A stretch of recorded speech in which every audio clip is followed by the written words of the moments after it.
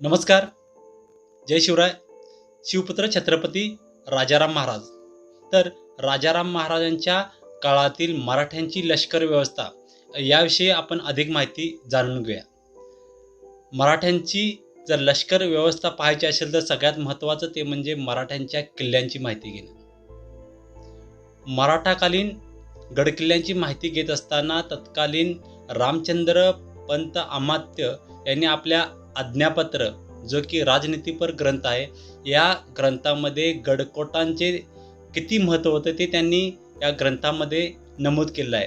तर आज्ञापत्रामध्ये रामचंद्र पंत अमात्य असं लिहितात की संपूर्ण राज्याचे सार ते दुर्ग, गडकोट हेच राज्य, गडकोट म्हणजे राज्याचे मूळ आणि गडकोट म्हणजे खजिना, गडकोट म्हणजे सैन्याचे बल, गडकोट म्हणजे राज्य लक्ष्मी, गडकोट म्हणजे आपली वस्तीस्थळे, गडकोट म्हणजे सुखनिद्रागार, किंबहुना गडकोट म्हणजे आपले प्राण संरक्षण. अशा रीतीनं गडकोटांचे महत्त्व त्यावेळी छत्रपती शिवाजी महाराज यांनी जाणले होते. त्यामुळे शिवाजी महाराजांनी गडकोट आपल्या ताब्यात ठेवले होते.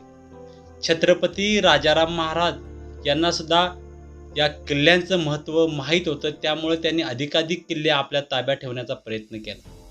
यामध्ये प्रत्यक्षात औरंगजेब बादशाह हा स्वराज्यात धुमाकूळ घालत असल्यामुळं त्यावेळी जे महत्त्वाचे गड किल्ले होते त्यामध्ये विशाळगड, पन्हाळा, रांगणा, प्रतापगड यासारखे महत्त्वाचे किल्ले हे मराठ्यांच्या ताब्यात होते.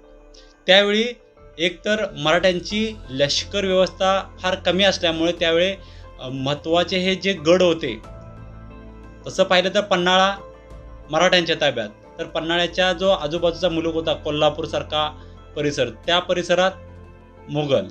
दुसरं पाहिलं वसंतगडसारखा किल्ला मराठ्यांच्या ताब्यात असला तर कराड त्या भोवती जो सुपीक भाग होता त्या ठिकाणी मोगलांचं सैन्य.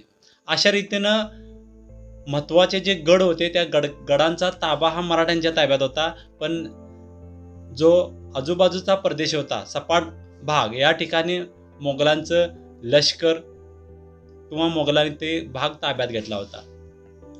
सभासद बकरीनुसार छत्रपती शिवाजी महाराजांच्या राज्यात 240 किल्ले होते, तर छत्रपती शिवाजी महाराज यांनी नव्याने 111 किल्ले बांधले होते. औरंगजेब बादशाहनं मराठ्यांचं मूळ हे डोंगरी किल्लेच आहेत म्हणून त्यानं मराठ्यांचे किल्ले जिंकायला सुरुवात केली होती. राजाराम महाराजांच्या काळात त्यावेळी निश्चित किल्ले किती होते हे सांगता येत नाही, कारण का काही किल्ले औरंगजेब बादशाहने जिंकून घेतले होते, पण त्यांची पाठ फिरताच मराठे क्षणार्धात हे किल्ले जिंकून घेत होते. महाराणी ताराबाईने तर अवघ्या 6 महिन्यात मोगलांनी जिंकलेले अनेक किल्ले जिंकून घेतले होते. म्हणजे हे किल्ले, डोंगराळ किल्ले, हे मराठ्यांचं राज्य या किल्ल्यांनी तारलं होतं आणि हा सह्याद्रीचा भूभाग होता आणि या भूभागातच औरंगजेब बादशाहला काही करता आलं नव्हतं, कारण की मोगलांचं सैन्य हे सपाट भागात अगदी प्रखरतेनं लढाई करत होतं. तर मराठे हे या किल्ल्यांचा वापर करून आणि दुसरं म्हणजे गनिमी कावा या युद्धतंत्राचा वापर करून त्यांनी आपले किल्ले आपल्या स्वतःच्या ताब्यात ठेवले होते. गनिमी कावा हे एक युद्धतंत्र असं होतं की when enemy attack we retreat and when enemy retreat we attack, या धोरणानुसार मराठ्यांनी ज्यावेळी मोगलांची छावणी असेल अशावेळी मराठे अचानक हल्ले करायचे आणि जर मोगल यांनी प्रतिकार केला तर मराठे हे तत्काळ माघार घ्यायचे. मोगलांचं सैन्य पिछाडीवर असतानाच मराठे माघार घेत आणि त्याचवेळी एखादी लपून छपून असलेली मराठ्यांची तुकडी मराठ्यावर पुन्हा त्वेषानं तुटून पडायची. अशा रीतीनं मराठ्यांनी मोगलांना सळो की पळो करून सोडले होते. याचं उत्तम उदाहरण म्हणजे सर्जाखान. ज्यावेळी संताजी घोरपडे यांनी या सर्जाखानला अशाच रीतीनं कोंडीत पकडलं होतं. केवळ मराठ्यांनी आपल्या या युद्धतंत्राचा म्हणजे गनिमी कावा या युद्धतंत्राचा वापर करून आपलं राज्य शाबूत ठेवलं होतं. छत्रपती शिवाजी महाराज यांनी जी किल्ल्यांची प्रशासन व्यवस्था निर्माण केली होती तीच राजाराम महाराजांच्या काळात सुद्धा चालू ठेवण्यात आली होती. तर यामध्ये हवालदार, सबनीस, कारखानीस हे किल्ल्याचे प्रमुख अधिकारी. हवालदाराच्या हाती किल्ल्याची सर्व संरक्षण व्यवस्था, सबनीसाच्या हाती सर्व आर्थिक व्यवहार व त्याचा हिशेब, तसेच शिबंदीची हजेरी आणि कारखानिसांच्या हाती अन्नधान्य, दारुगोळा, शस्त्रे, कापड, चोपड इत्यादींचे पुरवठा खाते. याशिवाय किल्ल्याच्या संरक्षणासाठी सरनौबत, तट सरनौबत यासारखे अधिकारी नेमले जात. किल्ल्यांच्या माचींच्या रक्षणासाठी रामोशी, कोळी, महार यासारखे काटक व शूर लोक ठेवले जात असत.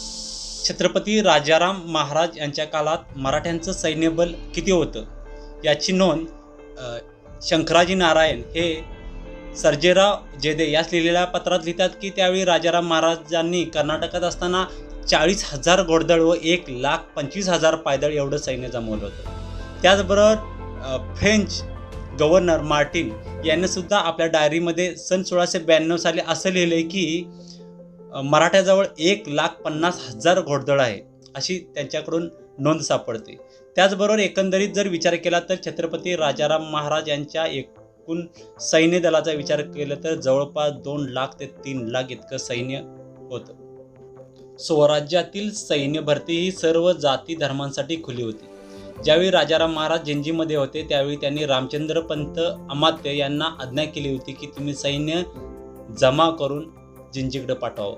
तत्कालीन कवी विठ्ठलदास यांनी आपल्या काव्यग्रंथामध्ये असं लिहिलं आहे की लोकाच सांगे हित तो अमात्य, संपूर्ण देशाशी करा निपात, करुणे ऐशी उदराशी शांती, हा राम फौजा म्हणवा दिगंती.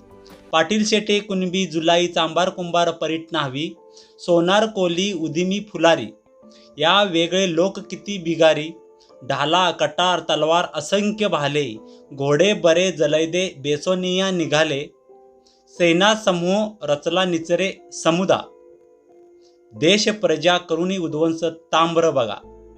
म्हणजे मोगलांना त्यांनी आव्हानच दिलं होतं. अशा रीतीनं तत्कालीन या कवींनी मराठ्यांच्या सैन्याची माहिती दिली होती.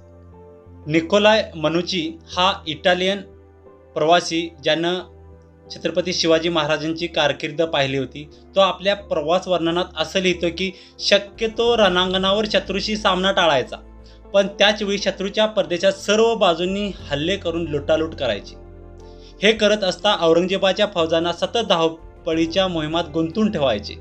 ही पित्याची म्हणजे शिवाजींची युद्धनीती या मराठा राजाने म्हणजे राजारामाने स्वीकारली आहे.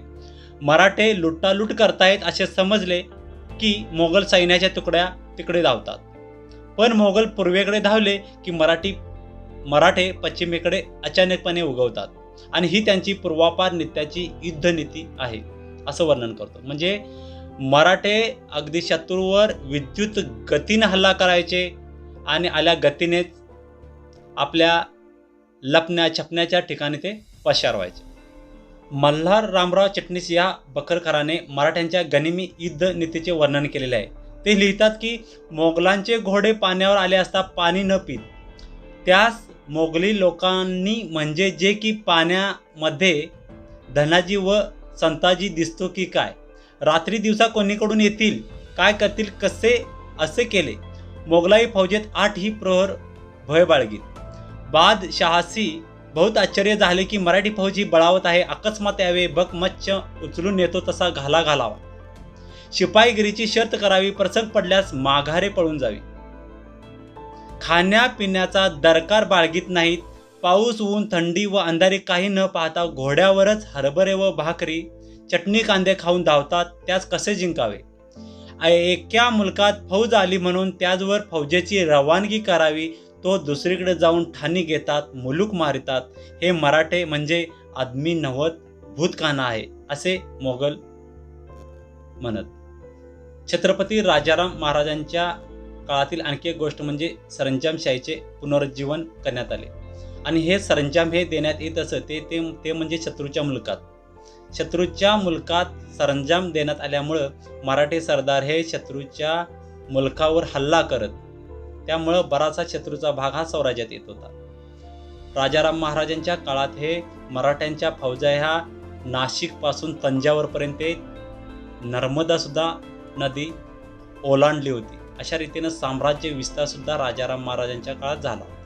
सहज आपण मराठ्यांचं राज्य जिंकून घेऊ या आविर्भावात आलेला अखंड हिंदुस्थानचा बादशाह औरंगजेब याला प्रथम छत्रपती संभाजी महाराज, नंतर राजाराम महाराज आणि महाराणी ताराराणी यांच्याशी झुंज द्यावी लागली आणि शेवटी त्याला या मराठी भूमीतच त्याला दफन व्हावं लागलं.